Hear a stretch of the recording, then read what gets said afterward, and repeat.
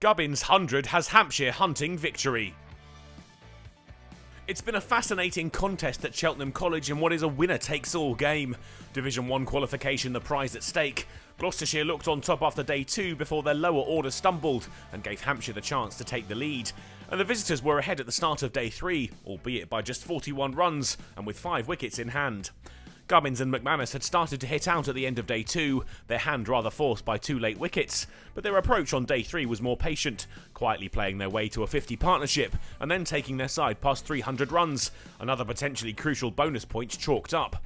After 8 years and more than 5,000 first-class runs for Middlesex, Nick Gubbins has made the move to Hampshire, and he will have been pleased and relieved to pick up his first 50 for his new side, a 4-off Taylor taking him to the mark and signalling a change in approach from the visitors.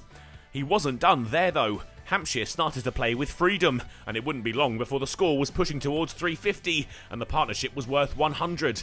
The lead was now stretching into the distance, an advantage of 150 before lunch well within their sights.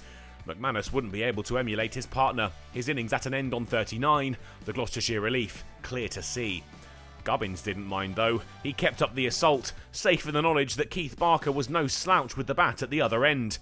And his batting took them to a lead of more than 150 before lunch, the former Middlesex man into the 90s. He was just 3 away from a century at the break, the score now 387, and Hampshire in the driving seat.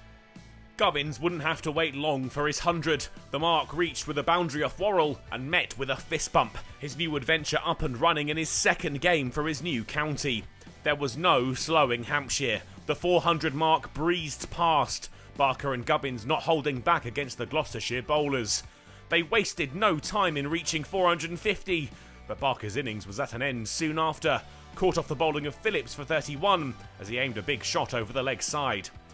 On 486 for 7 and with a lead of 257, more than Gloucestershire had managed the first time around, Hampshire declared. Abbott decided it was time to have a go and perhaps force an innings win.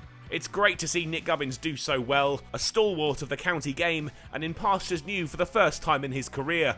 He'd paced his innings to perfection, watchful in the evening of day 2, and rampant on day 3, with able support in McManus and Barker. The 48 byes conceded by Gloucestershire, though, is the most in the competition since 1888. Dark clouds gathered at the start of the Gloucestershire reply, but there would be no storm to ride out for the hosts' openers, not yet anyway. A decent start took them to 33 at tea.